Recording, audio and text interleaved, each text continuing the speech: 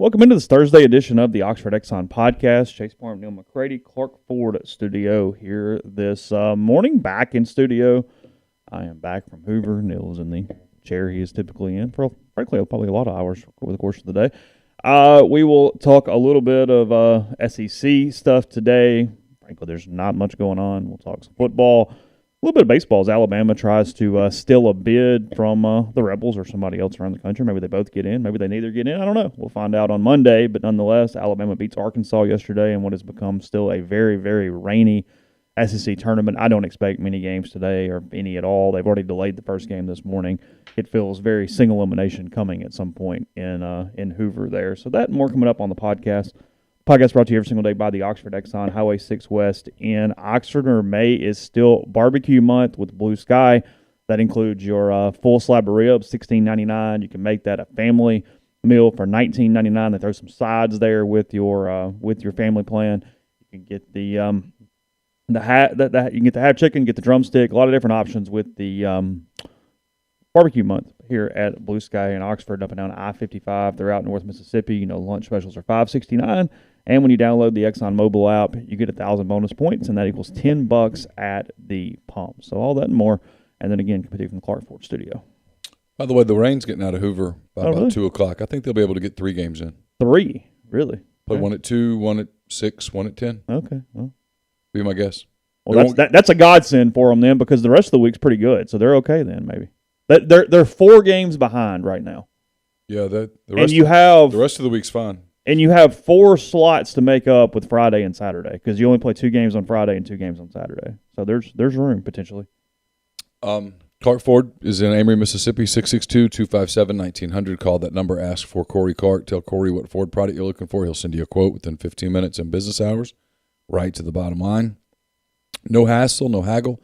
You get your quote. The rest completely up to you. You can shop that quote around. You can do what I've done, what I recommend that you do, and that's hop into a Clark Ford today, 662-257-1900. Guest join on the Rafters Music and Food Hotline, Rafters Music and Food on the Square in Oxford, but they're opening. I need to get this up again.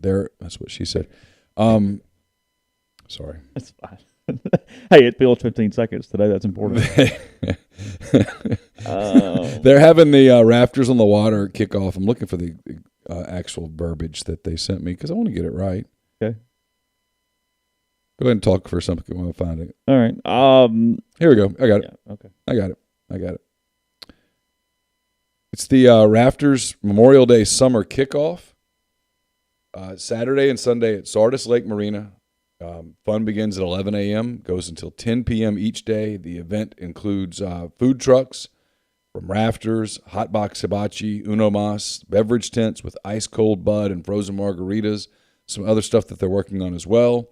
Live music each day from 4 until 10, featuring the Haggard Collins Band, Opie Band, and others. So see you at Sardis Lake for the Rafters on the Water Memorial Weekend Kickoff. You know, I did not have Catfish Kitchen. That is not one of my that was not one of my meals in Hoover. You know, it was cut short. I only had 2 nights. I appreciated a recommendation from a subscriber for Trey Luna, kind of an Italian restaurant right there in Hoover. That was on good Monday, and then on Tuesday, obviously, I had plenty of time to kill. So Richard and I went and got a steak in Birmingham. We had hours, so found something that took a little longer to do that. I didn't get to the park till about 9:30, which apparently was not what most did. I saw most of the beat was there from like 2. I think I would have wanted to jump off Hoover Met if I'd been there since 2 on Tuesday, somewhere in there. But yeah, they go to the stadium and just stay. Just hanging out. Yeah. It's a sports writer thing. It's a lack of. Here we go. No, it is. It is. I've never fit in the field. I've never fit in. It's one of the reasons that the media is an echo chamber in everything. Sure. Is because most of their friends are all media. Yeah. They just run that they confirm one another over the course of the day after day after day. And so they go to a stadium and they just hang out. If there's games going on even, okay, like I'll work on some other stuff. I'll kind of watch the baseball. I kind of like that. But the problem was there was no game. They were in a delay. We were all just, you would have been just standing around and doing whatever. Yeah. And, it was, yeah.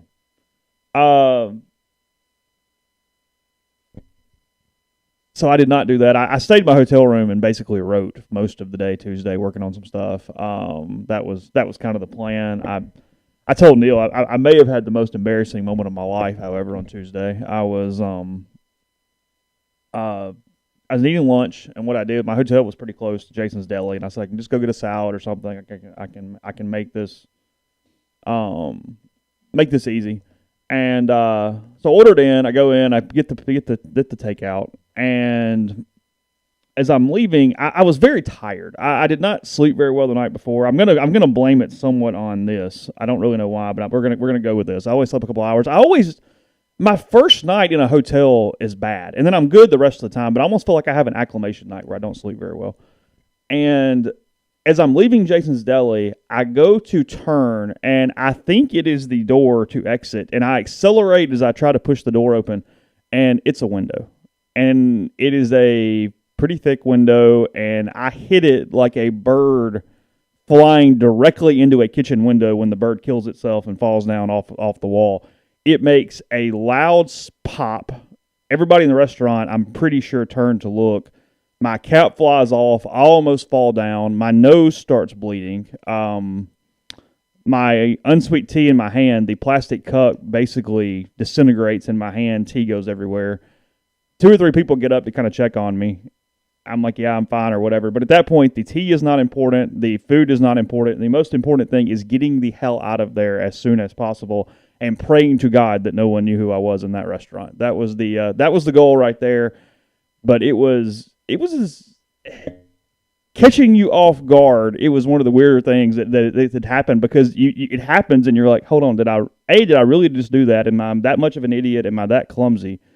And then 2, your brain is not working very well. There is something you need to sit down for a minute. So it was probably the most eventful thing that happened over the course of the couple days there. So anyway, that was the Hoover trip. Otherwise, there was not much memorable over the course of a couple days. Ole Miss in wait mode, and in wait mode where you have to start looking at Alabama. Alabama comes in.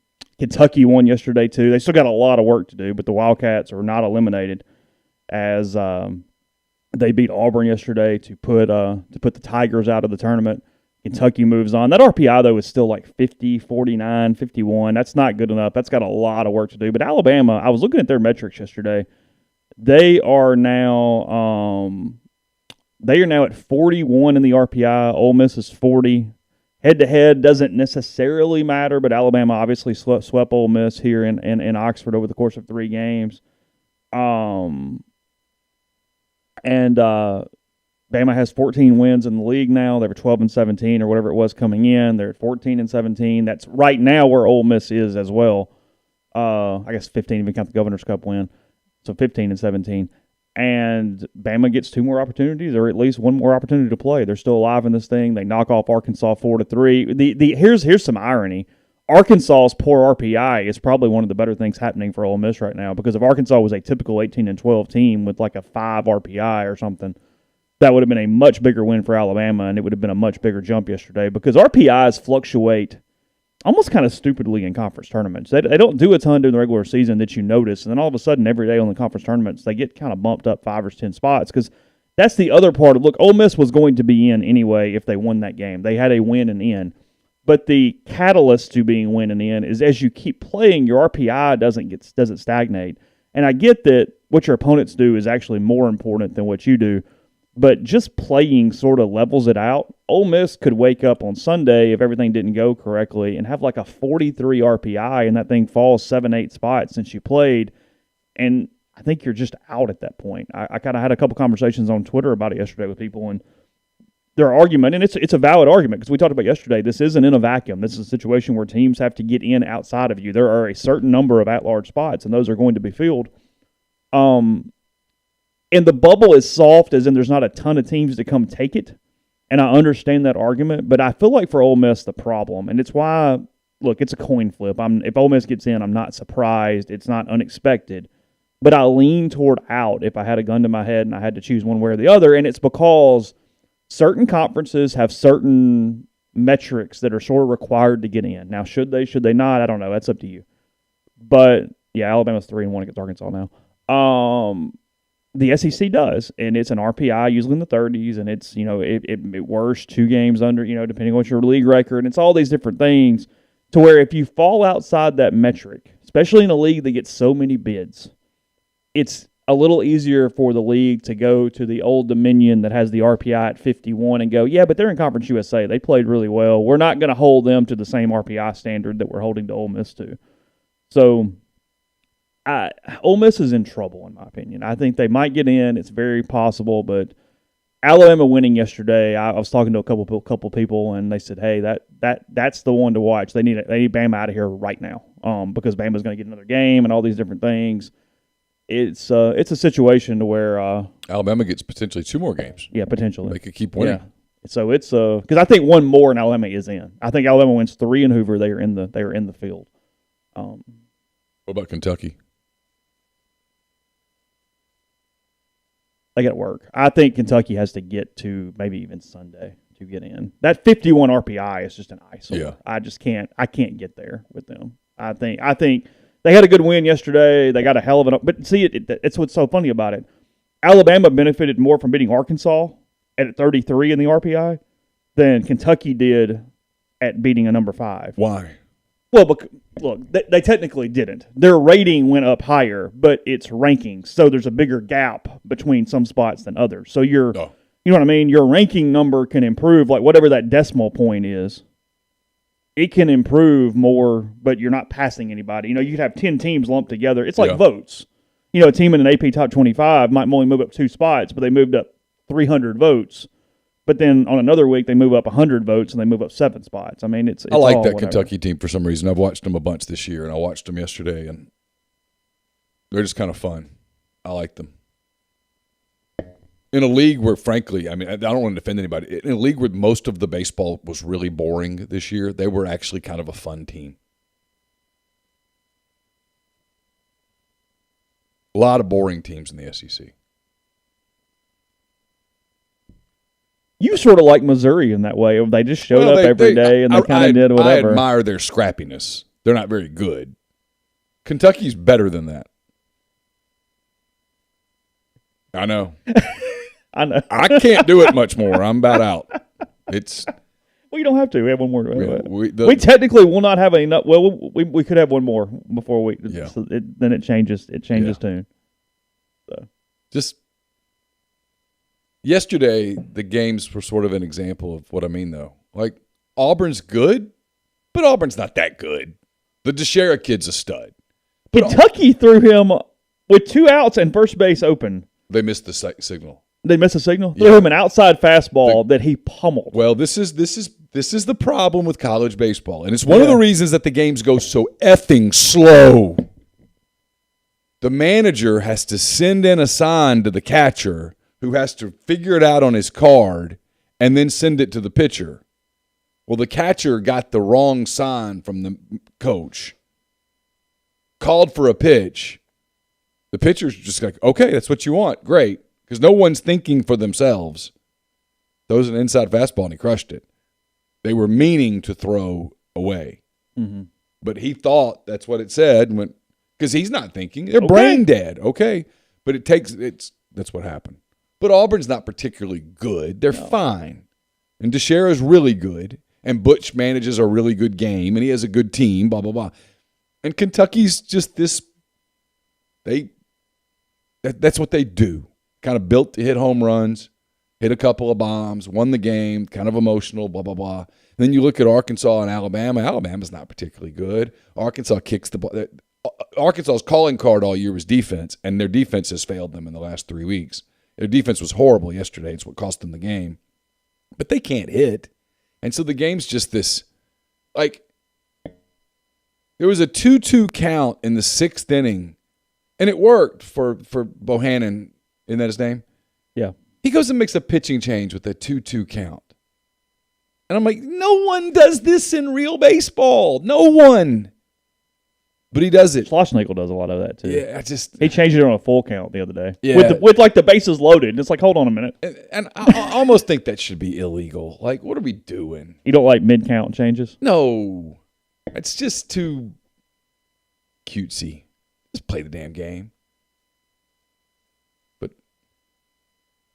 I now kind of want Kentucky. Not Kentucky. I kind of want Tennessee to bash everybody and win the tournament. Do you? I do. After yesterday, with all the cute little hyper managing, I almost kind of hope Tennessee comes in and wins every game by 20 runs. You're going for chalk now, or just let's? Nah, I want humiliation at this point. They think too damn much. You know, guys, this is going to be kind of like an old-time Friday podcast from all over the place. So if I get a topic that interests me, I'm going to go down it for a second. I'm avoiding all – I know spoilers are not exactly matter for this, but I haven't seen Top Gun 2 yet. I'm trying to avoid too much information prior to me doing that. Sammy says in the thread that critics even are saying it doesn't suck, and some are whispering nomination. I don't need my Top Gun to be nomination-worthy. That almost is a bad taste in my mouth. No, like I want my nostalgia and my syrup. Well, don't go nomination on me. Nope. If you tell me today that it's nomination-worthy, then I'm going to tell you they got real political in it. Otherwise, there's no way you're getting nominated for awards right now. Top Gun 2. I mean, come on. Yeah, like that. I think it was pretty nostalgic. I think they hit the cues we wanted them to hit from people who have seen it. Someone says it's Creed equivalent. Well, then I'm in. Ooh. But if we're having social... That's interesting. I need a 2 hour. If I'm going to the movie, I want to... Yeah, look, I do not expect Top Gun to win an Oscar. Trust me. I'm not advocating that. Having not even seen it or anything, there's no way in hell. Frankly, the Oscars 15 years ago or 20 years ago was actually about movies we watch. Now it's about movies we don't watch. Oh, absolutely. But that's interesting. Yeah, see, it's nostalgic. That's okay. All I want. I'm in on nostalgia. I want to go back to 86, and I want to have part 2. And then I want a 2-hour break from reality. I don't want any social justice. I don't need any causes. Don't need to hear about climate change. I want 2 hours away from all of that stuff. Your danger zone and Blossom Plains. I just want 2 hours of... We can play some volleyball in jeans for the whole time's sake if we want. Yep. The whole deal. Can you imagine how hot it would be on the beach playing volleyball in jeans? It is the dumbest. You'd get hot fast. I'm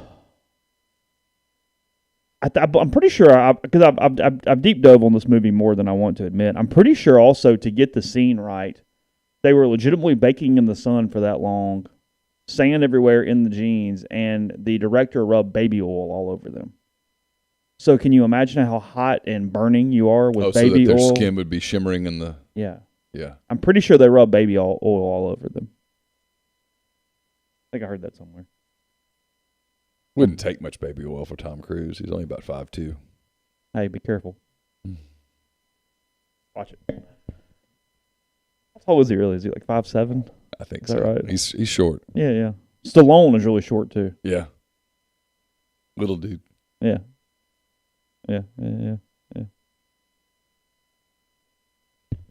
Tom had a little insane period there, but we got a Top Gun made. Getting better again. So. All right, we'll transition. We'll stop beating the horse in a second. Before we do, I'll tell you about Northeast Spark, NESPARC, 2 packages. The Ignite, the 100 Mbps, or the Blaze, the 1 gig that powers the Clark Ford studio. Your hometown team bringing you world-class broadband. That's nespark.com. 662-238-3159. Phone service available.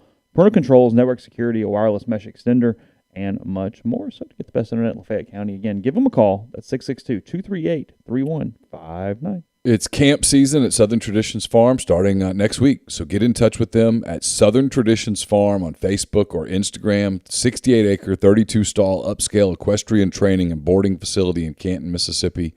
Sand rings, a grass ring, miles of wooded trails. Again, camp season getting started 8:30 to 2 throughout the month of June, Monday through Friday. Get in touch with Susan Walt on Facebook or Instagram at Southern Traditions Farm. Brought to you by Bell and Grove. They're based out of Chattanooga. It's a logistics provider with more than 35 years of transportation industry experience. They specialize in domestic freight movement throughout the continental U.S. They can navigate through supply chain issues while also leaning on their partner carriers to get the most competitive rate possible for their customers. In addition, Bell & Grove can help customers design a custom solution for their shipping needs. 865-672-6557 is the number for Daryl Oliver and Bell & Grove. Don't just accept what you see, but imagine something new. Step forward and chase after a better version of yourself. Every day, Corinth Dental is helping people reinvent themselves one smile at a time. Dr. Bubba McQueen, Dr. Jenny Beth Hendrick are devoted to restoring and enhancing the natural beauty of your smile using conservative, state-of-the-art procedures, including Invisalign. These clear aligners are the virtually invisible way to improve your smile. So call Corinth Dental today for a no-cost digital scan of your teeth and let them show you the way to a straighter, healthier smile. 12 months, no interest, no down payment financing available at corinthdental.com. And we're brought to you by The Rogue. It's your destination for fine men's clothing. Their stylist hand-select pieces from top designers, from work to lifestyle to nightlife. There's the perfect something for everyone at The Rogue. All the best items from Peter Millar, Martin Dingman, Jack Victor, Halsey, True Grit, and more. 4450 I-55 North in Jackson or therogue.com. And we're brought to you by Service Specialist Staffing and Recruiting Agency. They've been connecting great job opportunities to candidates since 1967. If you're seeking a job, whether it's entry-level or you're a seasoned professional, they have opportunities across the board. And if your company is looking to hire quality, hard-to-find talent, they can help you as well.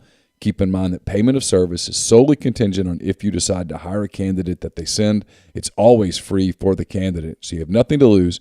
Give Will, Sydney, or Kelsey a call at 662-832-5138 or check out their new and improved website at servicespecialistltd.com.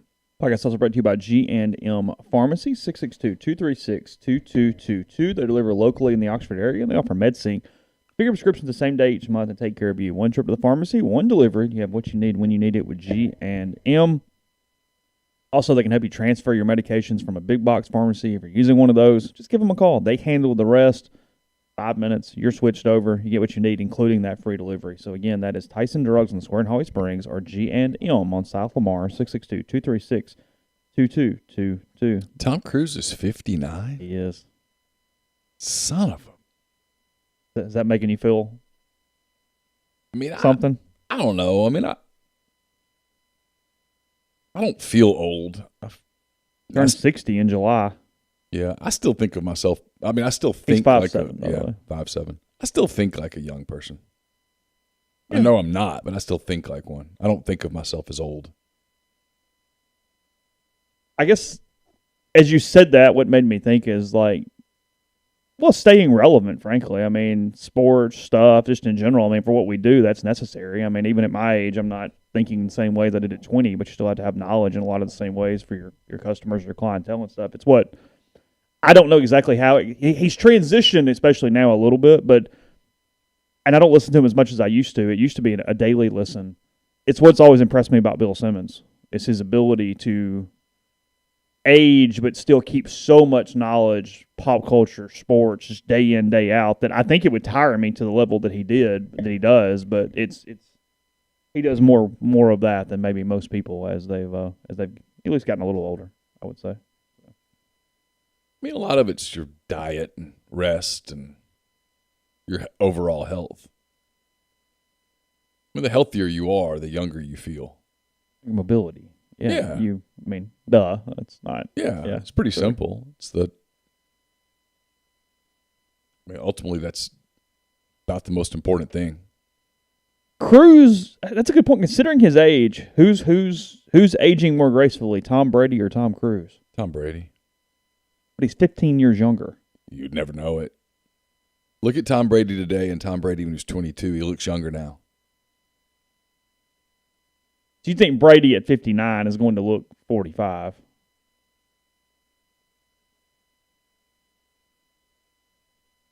Yeah, I mean, I think by the time Tom Brady's 65, he's going to look 15. It's Benjamin Button. Yeah, I mean, we're going that way. But now he's incredibly disciplined. And does that fall off to any level after you get done playing? Maybe a little. I mean, he's not going to let himself go. I'm not saying that. I'm going to guess that Giselle, doesn't allow him to get off the wagon. You don't like so? No, I would think for her, having eye candy on her arm is important. Oh. I would guess that for Giselle, him looking like a Ken doll model is important. And that's not a criticism. No, sure. It's all good. I mean, I'm just saying I think I would bet that's important to her. All right, so I'm interested in something Grind's got going on. The Texags guys must have had a slow day. A slow day, and they packaged riders and fights. Okay. They were doing a bracket with riders? They had me fighting Olin Buchanan. Okay. Huh. They apparently had you winning. Really? I mean, I'm reading from Grind. I did not listen. I should. I've been doing. Had I known that, I could have asked. I sat by the Texags guy for 3 hours on Tuesday night. We hung out. I mean, I've been doing my. Because I asked him multiple times. You're just here? Yeah, I got a nap, just hanging out. Oh, you like baseball more than I do. Not even really a criticism. I was like, you're just like till 1 a.m. You're just chilling. I'm gonna give them some credit now. Texags. Oh look, I'm with you. I'm with you. Texags and the next round are the two that I have started following the most. Texags is going to Destin. They send staff everywhere. They're making an absolute fortune. No, considering what they have been able to do as an independent entity, and then just in general with market share and revenue and innovation, they're the number one site in the country, regardless of network. Given all those things, because it is so hard to be independent. So to have that level of success, and I'm talking simply monetary revenue-wise. Yes. Journalism. So I don't care. That's not what I'm talking about. Yeah, it's having a little knowledge in that space for what that takes independently to do that. It is incredibly impressive. It is. I think their entire production, given no network. I'm trying to decide whether I want to say this out loud.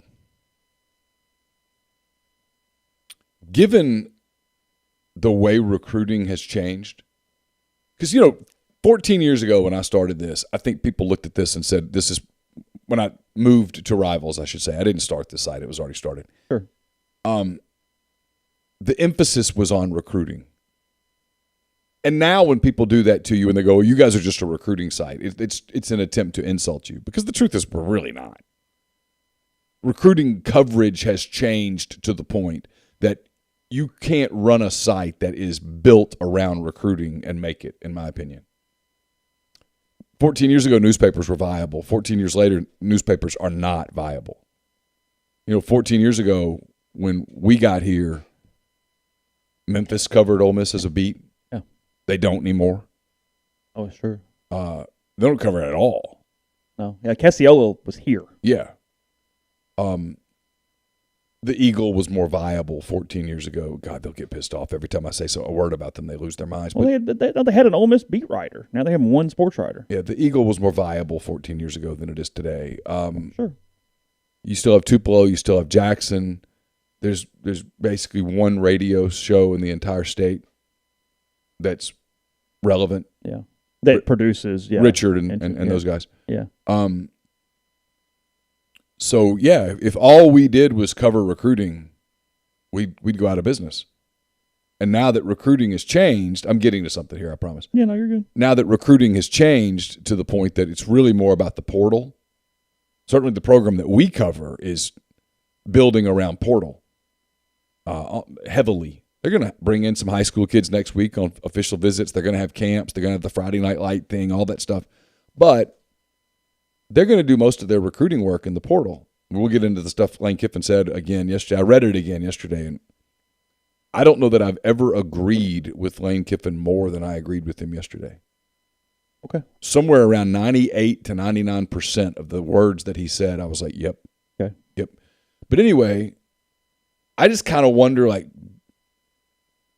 moving forward down the line, sites like this one that have built a podcast network like we have, if the partnership with one of these big conglomerates, if you don't really get your bang for your buck anymore, on our end.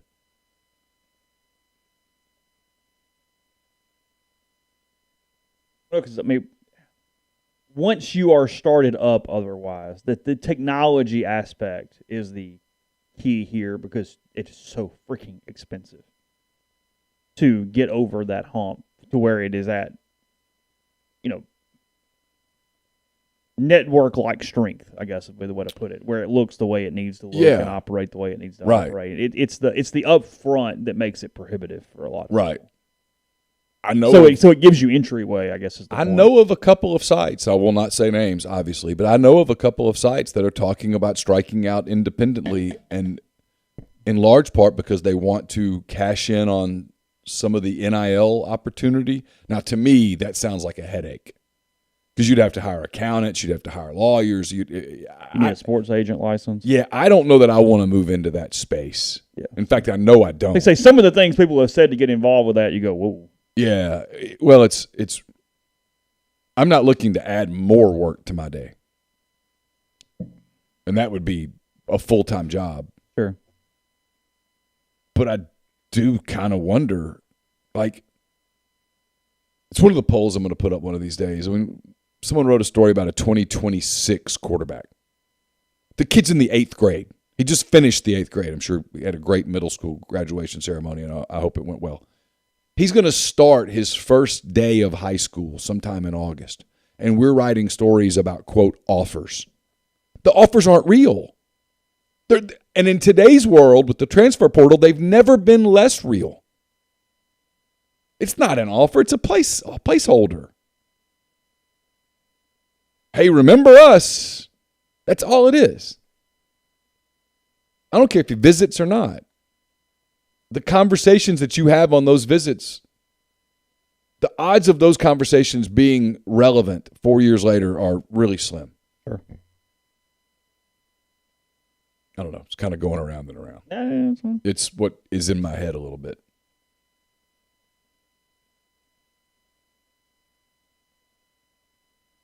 TexAgs is, I guess, point being as we wrap the subject is they've been a great case study on what works and what doesn't, and they've hit on a lot of what works.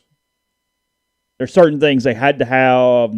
Their market allows. There's certain things that allowed it to be what it is, but there are also things that you can replicate. Yeah, it is absolutely true that they benefit from having a rabid fan base, a big fan base in a pretty close to a giant market with a lot of discretionary income. Yeah, but it's also, as you just did, you have to on the flip side go. Yet they took a lot of chances. They were super creative. Billy Lucci, as they say his name, is. I think he's borderline genius. Oh. I do. I think he's very, very smart. And they hired good people, and they let good He also doesn't care that he's Mr. Aggie. No. He embraces it. Yeah.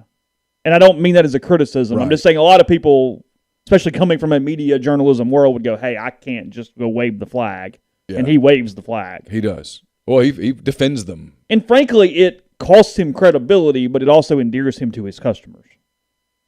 So it's an interesting juxtaposition. Yeah. And other people have tried. My point is, other people have tried to do that wave the flag thing, and they're not smart enough to do it.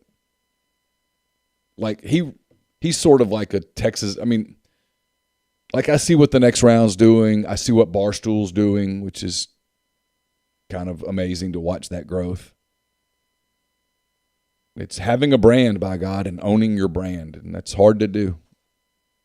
It's hard to stay on track on a brand. That's what I'm saying. I mean, we talked about Mintz yesterday. He knew what he was doing. Hey, film me. I'm going to do this, and I'm going to get 2 million views on Twitter. Well, and then he gets on the next round, and come on. All those calls are Barstool people. Yeah. I mean, it was smart. But yeah, it was all – yeah. The entire production was generated. Not a criticism. No. Have at it. No. Fine. He turned going to the SEC baseball tournament into a tweet with 2 million views. Yes. Think about that. He did the only thing from that tournament that could have done that. Yes. And frankly, the only thing better would have been had he gotten thrown out of the stadium. Let's be honest. True. Yeah. No. Because then they're filming him. Hey, look, thrown out. I mean, in some ways, him talking himself back in was a worse storyline. Yeah. Because I saw him later on, like, tweet. I was like, damn it, no, I wanted you to get tossed. Yeah. Like, come sit with me. We'll hang out. Like, it was whatever. Nah, it's... I don't know how we got here, but yeah, it works. It's because it's what's on my mind right now. That's what it is. Contracts and such. Yeah, no, I get it. Yeah, no, it was completely intentional, but it was smart. Yeah, it was very smart. Yeah. Yeah, that was not organic. No. I mean, his job is to create content, and he did. They are salespeople who sell through the avenue of content. Yes. Like that is Barstool's He sought out plan. the next round. He asked to come on. I know this. Yeah. Oh, really? Yes. Guy? I'm completely aware. And it worked. Because their deal was, yeah, you've got a big following and stuff, but we don't talk about college baseball. At all. So we can't bring you on and let's break down the tournament because our listeners just don't give it. And so instead, they do something funny, and that makes it say, hey, you confronted the Whistler last night, and then boom.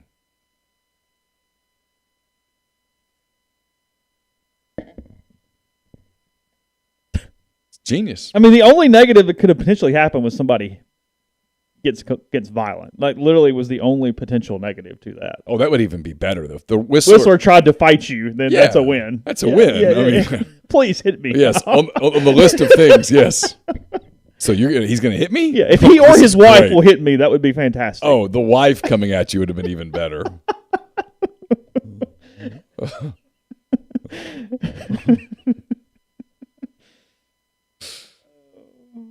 All the way around. I mean, Vandy baseball is so freaking hateable, and yet I laugh at them constantly. I can't help it. I don't pull for them necessarily, but they make me laugh. Yeah, no, it's so weird. They're going to become a boring program after Corbin. Oh, for sure. They really are. He's a great marketer and stuff. Yeah, they're going to become kind of boring where I sort of forget about them because their job's going to get harder as this thing keeps going. Yeah. They're not falling off the face of the planet. No, but yeah, it's going to be harder. When it becomes level playing fields, they no longer are the permanent job in college baseball. No, they go from the best job. It goes from the best job in the SEC to like 10th overnight. And even there, because of Corbin and the relationships he's done with former players and kind of their shtick for that avenue that they have.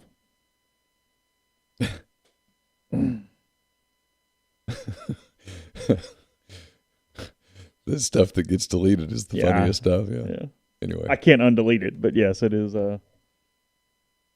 It's that. Just know, Mark and Georgia, we both agree with both of your sentiments there. Yeah. All right, so this appears to be like one of the big topics in Destin this week coming up is schedules. Yeah. The 1-7 versus the 3-6. The 3-6 makes all the sense in the world. I love the 3-6. But if it's true that I don't like the 1-7. Ole Miss and State and Missouri and Arkansas and Vandy and a lot of those schools are arguing for the 1-7, why? Why don't they want to play 9 games? Teams that don't are they play obsessed 9 with games, the win-loss records? Yeah, that's all it is. It seems so short-sighted. Well, yeah, because like you said, in the NFL, we don't criticize the team who gets into the playoffs at 9-7. They just got in. You know what I mean? Yeah, I mean, or I guess 10-7 now. The whole let's bust our ass so we can get to the Tax Slayer Bowl just doesn't feel like the way college football's going down the road. It feels short-sighted. But it has to in a way because there's still a shit ton of teams that can't get into the playoff. I understand that. So otherwise they go because we don't have parity. I mean, Nick, shut up. Sure. I mean, so when you don't have parity, you have to go into the season with a goal that is attainable for your fans and your administration and your product. So sometimes that attainability, I mean, Ole Miss in 12, we've been there, is Birmingham. And they look at saying it out loud is pretty depressing. I understand that. But that has to matter to some programs. Should it or should it not? I don't know. That's up to you. But now here's the catch. Ole Miss would have been in the playoff multiple times over the last 7-8 years. They would be a program in the playoff multiple times over the years.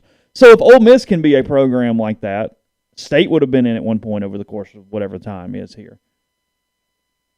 I guess where I'm agreeing with you is that the league only has one team that really can't jump to at least that level. Right. Maybe I know Missouri's done it, but they're not doing it consistently. I guess my point is if you're not in the playoffs, is there any difference between 6-6 and 9-3? Is there any difference? I'd rather play the bigger game. I'd rather have that ticket revenue come through. You're going to have a hard time getting people to come to Oxford, Mississippi to see the Rebels play Western Kentucky.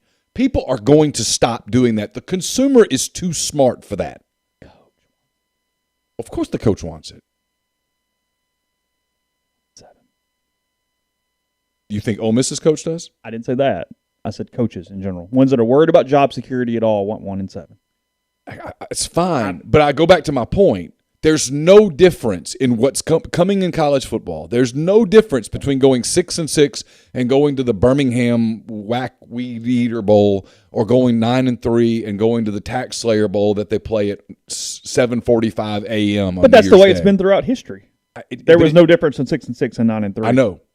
That's my point. So play more conference games. Oh, and I don't care. Whatever, sure. Well, I like the 3-6. Of course you do. Now here, since you're doing a 3-6, are you killing the have to play a team from another league?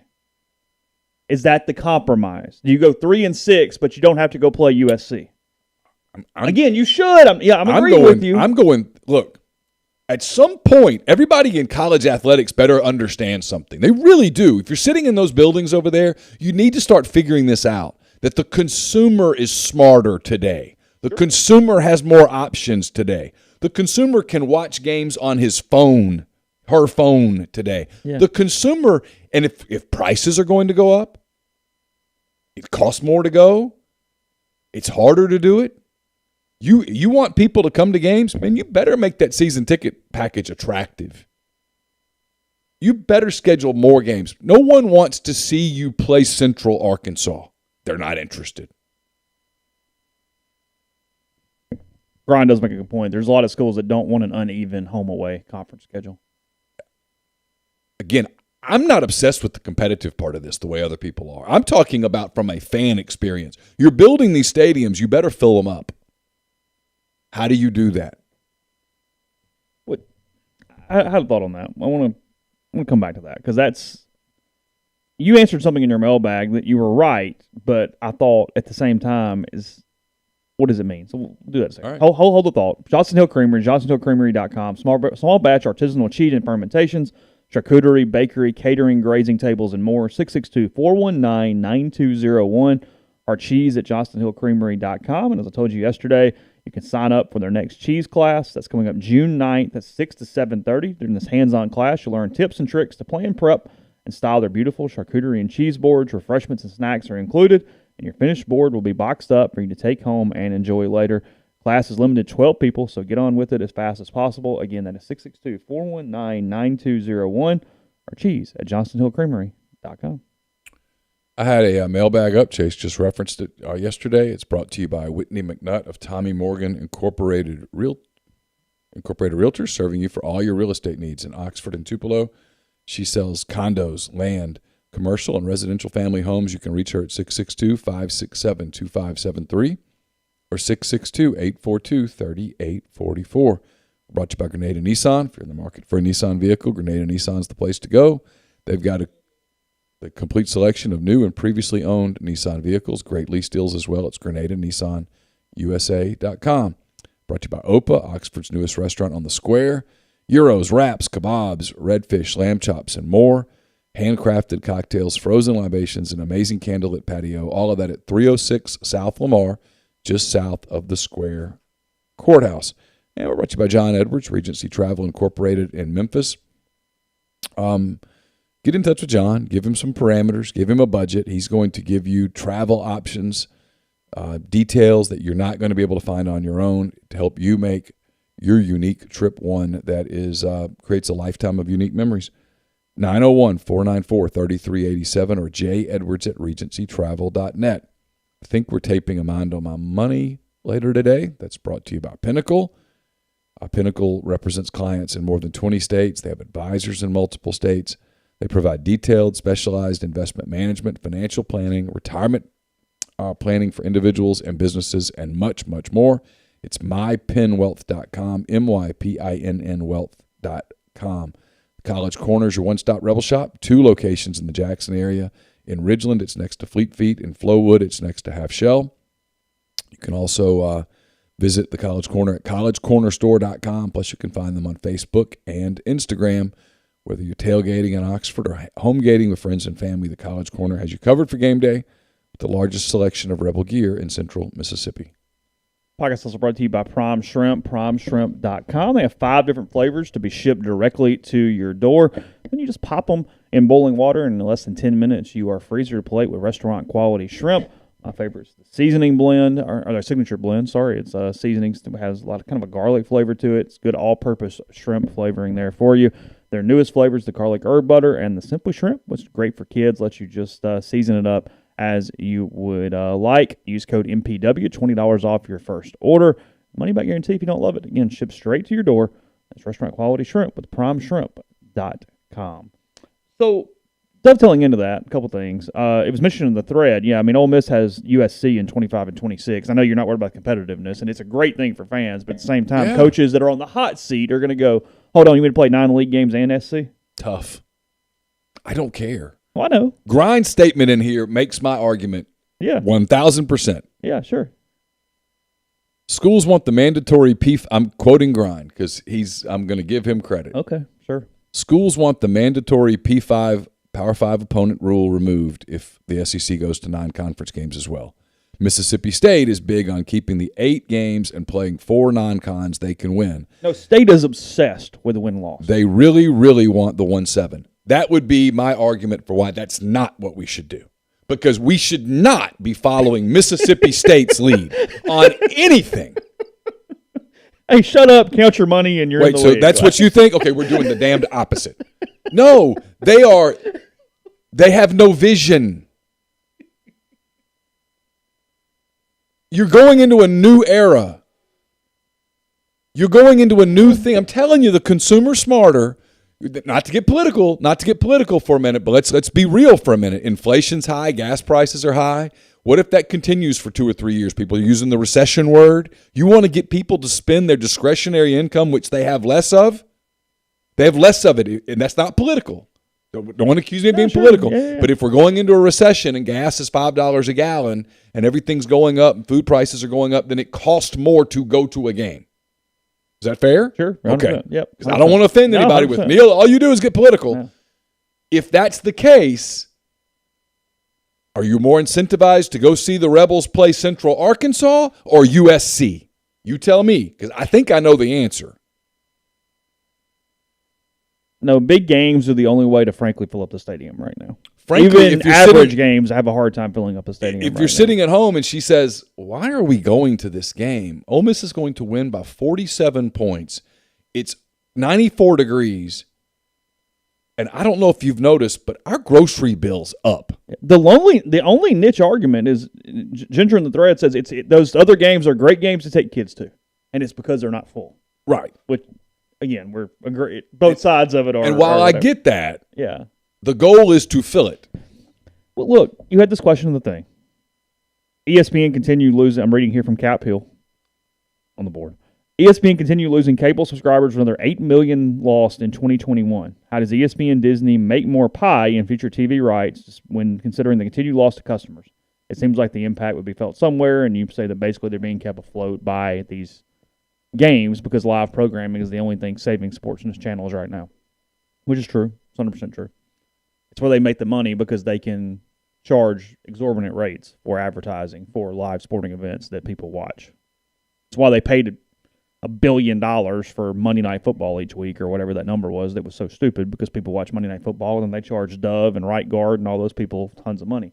I don't know why we're on body products, but we are. So whatever. And hymns.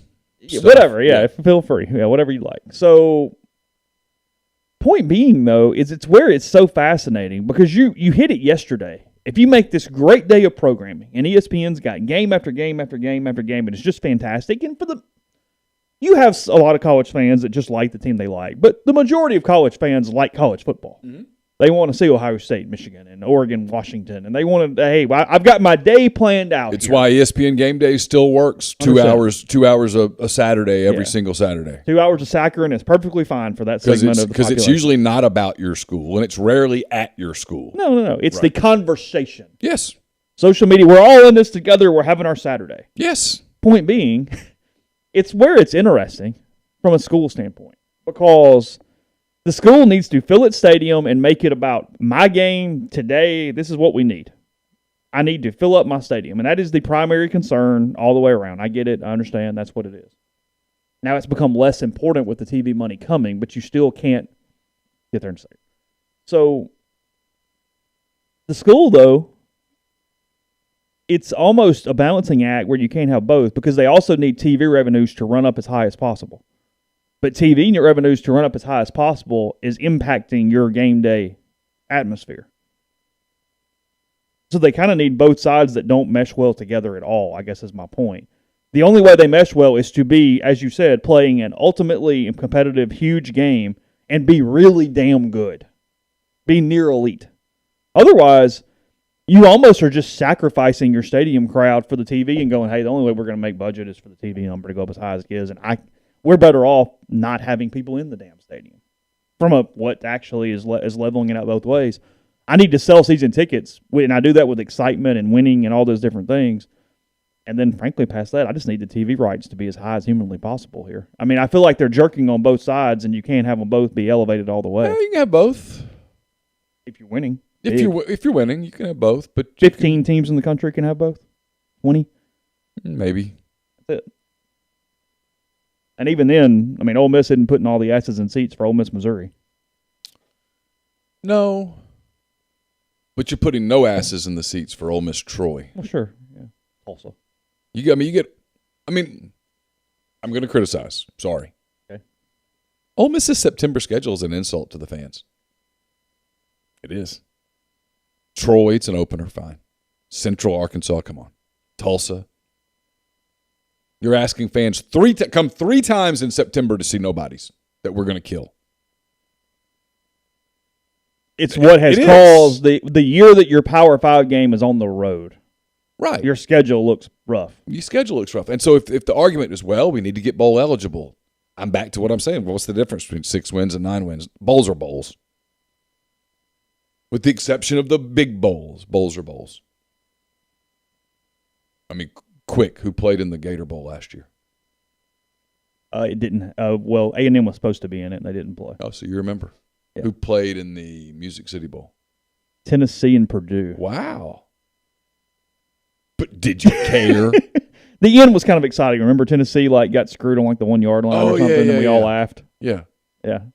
But you get my point, yeah, right? Sure. Yeah. At the end of the day, the legacy of a program, it doesn't really matter. I mean, that was a little bit of Slumdog Millionaire there, where had you asked me 25 other bowls, I wouldn't have known, but you didn't ask that. You asked the one I did know. But the point is, people watch bowls no matter what. You bet on bowls. It's on. Sit at the bar. It's the most fun time in Oxford.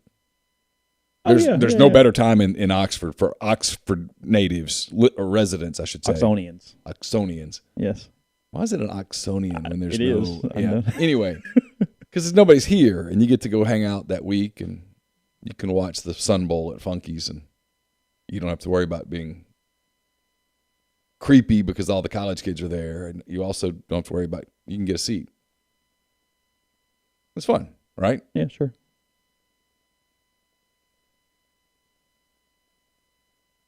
Chase, wrong one to challenge on bowl trivia. But you get my point. And where college football's going. 1-7 doesn't save the rivalries that do matter in college football. It's back to the heartstring thing that we had the whole conversation earlier about portal and all that stuff that I still believe I was completely right from a month ago. They care about the people. They want to care about things. Sure. College football is about emotion. Sure. You lose emotion at 1-7 because Ole Miss doesn't play LSU every year. Tennessee doesn't play Alabama every year. Alabama doesn't play Auburn doesn't play Georgia every year. Yeah. That's a problem. Well, that's a problem that's not overcomable. So let's think about this. If you're 1-7, what's Texas A&M's one game? Well, frankly, it needs to be LSU to make the schedules work, right? Well, so okay, but let's talk about it though. For a minute. Let's. This is why I hate 1-7. Let's use Texas A&M as an example. Okay. No Aggie jokes here for a minute. Because LSU doesn't give a shit about playing Arkansas. Ole Miss is going to play State. Let's stay here. I know. I'm in my head. I'm going. It has to be A&M LSU. Okay, but if that's the case, then you lose the Texas A&M possibility, which is sexy as hell. And if I'm at Disney ESPN, I'm going, oh hell no, I want that game. They hate each other. I lose the Texas A&M Arkansas game at Jerry World every year that both schools loved going to. Not just students, but their fans love going to Dallas and having that weekend. Sure. Arkansas has a massive alumni base in Dallas. Obviously, Texas A&M does too. They fill that place up. It's a party. So they lose that now? We could do this on most every school. Ole Miss loses the LSU game? Yeah. Auburn loses the Georgia game? I covered Auburn for years. Auburn, Georgia was a big deal. It was like super hyped about the oldest rivalry in the South, and we've played each other 478 times, and we're separated by 2 points or whatever the hell it was. Yeah. But that's college football. Yeah. You lose Tennessee, Florida. I mean, 1-7 is so stupid, and the fact that Mississippi State wants it so bad, I rest my case. Because all they care about is, well, as long as we play Ole Miss. If I'm Ole Miss, I'm like, we need to play LSU every year. Yes, you need to play LSU. Yeah, it's a meaningful game. Every year we go, I mean, it's got a trophy, a bad one, but a trophy. It does have a trophy. It's got cool. We do the cool uniform thing about the contrast of uniforms, and isn't it cool? And LSU does the Billy Cannon thing and all that stuff, and it's just, it is what it is. You would take that away so that you can win 7 games instead of 6? Yeah, 3's great. I'm good. 3-6 makes. I mean, I'm in. I have no issue with 3-6. Again, you're playing every team, home and road, over 4 years. God, how great is that compared to what we have now? You mentioned it yesterday. Ole Miss played Georgia at home in 2016, and they don't play them at home again until 2028. Yeah, that's bad. No, every 4 years you go to Athens. Every 4 years you go to Gainesville. Yes, of course. Every 4 years you go to Norman. Of course. Austin. Of course. In. What is? I don't even see where there's a debate to be had. When winning games is the only. That's not a good argument. What's the only argument? But it's not a good argument. I don't know. Grind said Richard had a thought. I'll ask him what it is. I don't know. Yeah, but Richard can't say on his show what I just said on mine. No. I mean, they're just being short-sighted. But to them, 8 wins matters more than 6. I don't know why. Shouldn't.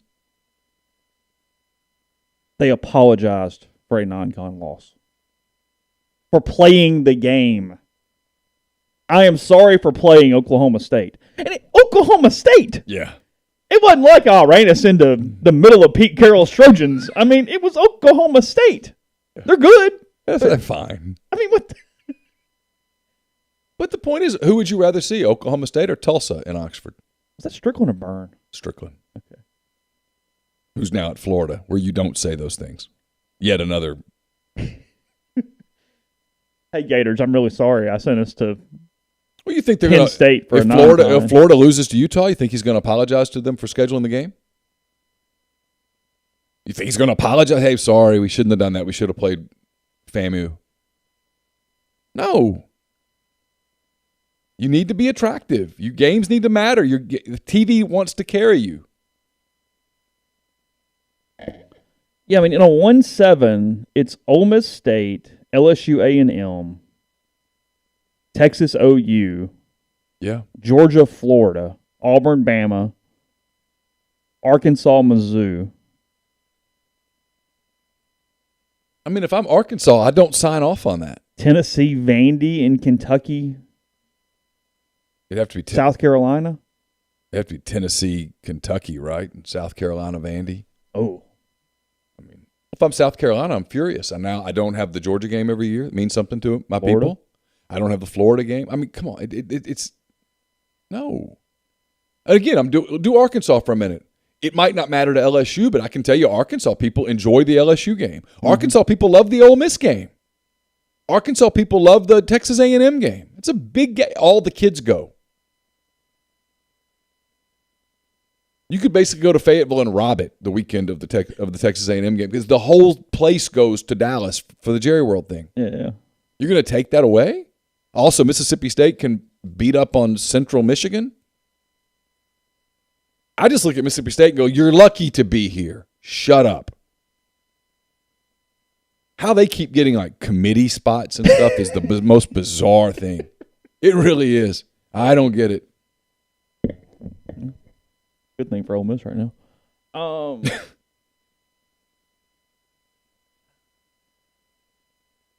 That's true. Like if you're the AD at Tennessee or something and you're around the table and you go, hey, show of hands, and you're not really sure, and State raises theirs, you go, nope. You look over here and Bama's the other way, you go, no, I'm keep it down here. I'm good. Well, I mean, look. Saban has long said we should go to 9 games. He's long said. Yeah. And he's one of the ones that typically would have the most to lose because they're not losing to Mercer. But I mean, you throw Florida on their schedule and it could get a little dicey. Sure. I mean, being real. I mean, Alabama's not dropping the game to Western Michigan when they roll in for $2.5 million. And if I'm at Disney and I'm bleeding the way they are, yeah, I'm going, hey, guys, y'all got to help us out here. Mm-hmm. We need programming. Who besides the Alabama fans are watching Alabama Mercer when it's 49-0 at the half? Who's watching? You watching that? You staying on that one? Or are you flipping? You're flipping. Alabama Florida's 24-17 going to the fourth quarter. You're all in. I think Alabama's going to win, but just maybe. Well, look, when A&M was beating them last year, we all went, oh, hey, whoa. Everybody stayed on it. Yeah, it was like mid-third. We went, hey, everybody. You could hear flips. Yeah. Yeah. Hey, what's up? Of course. This is, to me, is an absolute no-brainer. I'm surprised this is one of the big things that they're even debating. I get what it actually made sense when you explained it, that 3 makes more sense than 2 from making sure you get everybody over a period of time where there's not these odd scheduling things. Because, frankly, you can just set the schedule from now to 2062. I know there won't be just 16 teams. I understand that down the road. But from a straight scheduling standpoint, that's easy. But, I mean, even 2, my point was even 2 is better than 1 because it gives everybody those 2 games. Because, thankfully, everybody has 2 they really care about. But 3 allows that extra, hey, no, we really – and I'll be honest, if I'm Ole Miss – Ole Miss gets the best of both worlds because I think you would just get Vanderbilt. So you would – on the 1-7? No, on the 3-6. Oh, yeah. So you would get State, LSU, and Vandy. So you would get your easy win and your 2 rivals. Oh, well, okay. I mean, that's why if I'm you lose the Arkansas game. People like the Arkansas game. If I'm Keith, I'm like, the only way I'm signing off on this 1-7 thing is if our 1 is Vandy. I'm in then. Fair enough. We have a lot of alumni in Nashville. It's a very important game, like for us. I'm just telling you, the only way I'm voting for it. Yeah. I'm not getting obsessed with winning 7 games instead of 6. I'm just not. 6-win teams go to bowl games. They do. You go to a bowl game, play the bowl game, whatever. 5 and 7s go now. I mean, but if you go 6-6, you're going to a bowl game. You are. And if you're not 6-6, you don't need to go to a bowl game. You suck. Yeah. And your fans have given up on you a month ago. Right. Podcast brought to you in part by Community Mortgage, Oxford, Memphis, Soto County, and Chattanooga. All underwriting and processing is done in Memphis, so you can look at underwriting and understand your market.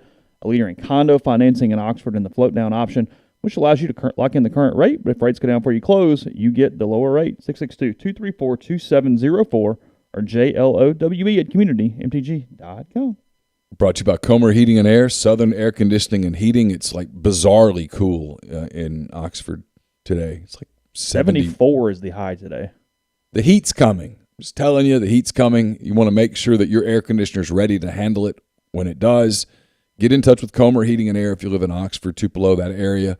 662-801-1777. If you live in Memphis, Hernando, DeSoto County, South Haven, all those spots, get in touch with Southern at 662-429-4429. Brought to you by Lammon's Fine Jewelry. Lammon's at 1126 North Lamar Boulevard in Oxford. It's been serving the Oxford area for almost 75 years. Engagement rings, wedding rings, fine jewelry, watches, pearls, fashion jewelry, all of it. They've got it. It's the gold standard in fine jewelry. Visit them at lamonsfinejewelry.com or call them at 662-234-2777. Brought to you by ACS, Automation and Control Systems, LLC. It's a full-time, full-service AutoCAD services provider and a full-service fiber optic cabling solution provider. If you're in need of custom HMI and SCADA solutions or large horsepower VFD specialist, they have you covered at ACS. It's ACSLLCMS.com or call 662-601-4381. Game Changer patches are the only two-patch system available in the market to stop hangovers before they start. The warm-up patch used before or while you drink. The overtime patch used after you've been drinking to recover while you sleep. The all-natural ingredients will keep you in the game, ready for your next play. Go to GameChangerPatch.com. Promo code RebelGrove20 at checkout for 20% off your purchase. Also brought to you by Dead Soxy. We've been telling you about Dead Soxy and their custom socks. Whether you're rallying the team or building an empire where you put your logo matters and you can't afford to put it on half-rate swag, Dead Soxy will help you create premium custom socks that you can stake your reputation on. They're cool custom socks. They'll make a lasting impression on clients, investors, employees, donors. You don't have to worry about design skills. They do the design for you. They'll create digital mock-ups of designs, present them to you before any orders are placed. Best of all, it's the same premium retail quality Dead Soxy sock, but designed for you with your logo. The minimum order is 120 pairs. Lead time is 6 to 8 weeks, so get your project started now by going to deadsoxy.com/custom. Mention MPW Digital or Rebel Grove. You get $100 off all custom orders now. Again, Dead Soxy /custom. And we're brought to you by Holcomb Portable Buildings, 7991 Highway 7 South in Holcomb, Mississippi. At Holcomb Portable Buildings, they custom build your building to your specifications. However you want your carport, storage shed, hunting cabin, dog house, other buildings, Holcomb Portable Buildings can accommodate you. You pick the color, you pick the style, the windows, the doors, and they make it happen. In-house financing is available. There's free delivery and setup within 75 miles of Holcomb. For more information, call 662-226-2233 or go to holcombbuildings.com or find them on Facebook or Instagram at Holcomb Portable Buildings. It's a really slow news day when the number 2 story on ESPN.com is a poker pro indicted in a wire fraud scheme.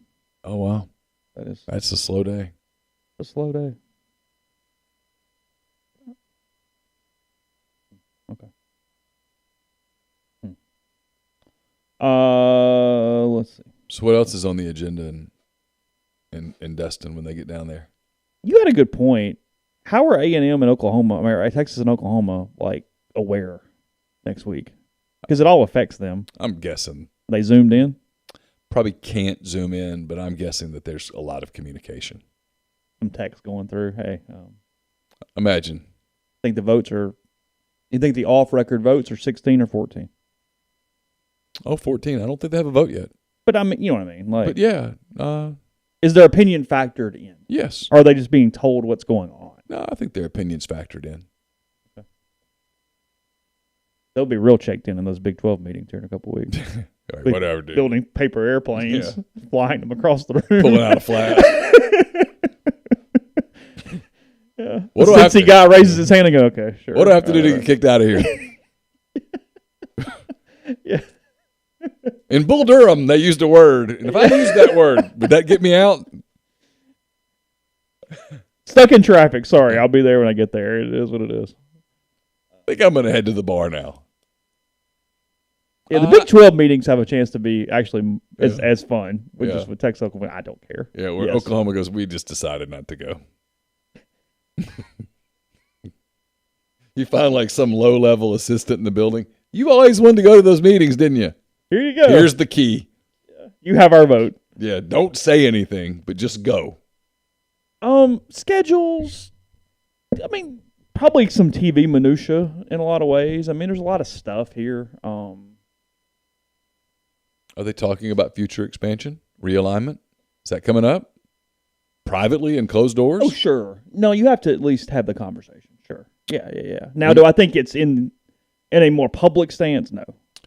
When they're talking to presidents, how dived in, how much are they going into all the NIL stuff?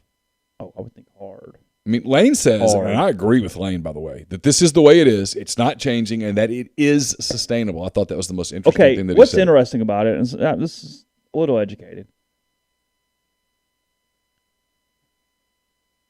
Sustainable in a vacuum. I know I'm saying in a vacuum. You'll make fun of me. Whatever. Drink. It's not sustainable though. Even at the bigger schools, the more money schools. I mean, Ole Miss is obviously relative to whatever. It's not sustainable though if you do it in all ways. You can't continue to pour $1 billion into facilities and pay the coaches $30 million a year and do NIL and do this and do this I'm talking and about do this just and the do NIL. this. But they haven't stopped the other shit. Well, they'll have to. Well, okay, yeah. But my point is, to this day, they go, well, we're doing this. And I mean, look at Ole Miss. There's a capital campaign and all that stuff. I mean, frankly, there's an academic and an athletic one right now. But there's rumblings that they're slowing down on the capital campaign in athletics, that maybe they won't do the second part now. That's out there. The stadium could get delayed. It's not delayed yet. Put your foot down. You could delay it, and you could just keep delaying it. The economy is affecting things. Sure, but if you ask Lane Kiffin or whoever future the Ole Miss coach may be, what do you want? You want money for NIL, or do you want us to build some more suites up there? You know what they're going to say. NIL. Of course. The players. Of course. I mean, I'm amused at the people that, like,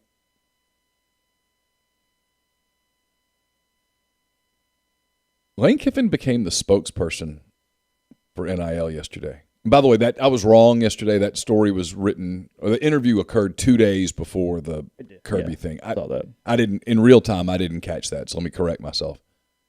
That being said, his comments could not have been more practical.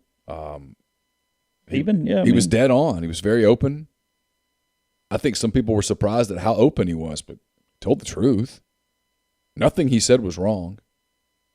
I heard people go, he's completely lost his GAF button. And I'm like, I don't know. He just told the truth. He's been doing this.